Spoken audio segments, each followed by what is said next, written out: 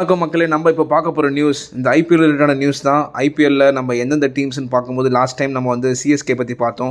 எந்தெந்த பிளேயர்ஸு யார் என்னென்ன ஆப்ஷன் பண்ணியிருக்காங்க, எவ்வளோ ரூபா கொடுத்துருக்காங்க, என்னென்ன ஸ்ட்ராட்டஜி யூஸ் பண்ண போகிறாங்கன்னு பார்த்தோம். அந்த வரிசையில் இப்போ நம்ம பார்க்க போகிற டீம் தான் நம்ம டெல்லி கேபிட்டல்ஸ்.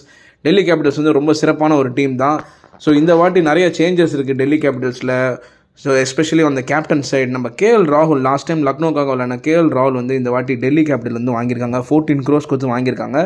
ஸோ இந்த வாட்டி கேஎல் ராகுல் தான் கேப்டன் பண்ண போகிறாரு. ஸோ டெல்லி டீம் எப்படி இருக்குன்னு நம்ம பார்ப்போம். ஃபஸ்ட் அவங்க எவ்வளோ செலவு பண்ணாங்க, எவ்வளோ பணம் இருந்துச்சுன்னு பார்ப்போம். ஸோ ரிட்டன்ஷன்ஸ் மாத்திரமே 47 கோடி செலவு பண்ணியிருக்காங்க. ஆக்ஷனில் அவங்க ஸ்பெண்ட் பண்ண அமௌண்ட்டு 73 crores. இப்போ பர்ஸில் 20 lakhs தான் இருக்குது. 25 பிளேயர் எடுக்க வேண்டிய ஸ்குவாடில் 23 பிளேயர் ஆல்ரெடி எடுத்துட்டாங்க. ஸோ நம்ம ஃபஸ்ட்டு பேட்டர்ஸ்லாம் யாருன்னு பார்ப்போம். கருண் நாயர் நம்ம இந்தியனில் ஒரு செம்மையான ட்ரிபிள் செஞ்சுரி அடித்த ஒரு இந்தியன் டெஸ்ட் பிளேயராக இருந்த, அதுக்கப்புறம் ஐபிஎல்லில் ரொம்பவும் ஷைன் ஆகலை. பட் இந்த வாட்டி எதாவது அடிப்பார்னு நான் நம்பலாம்.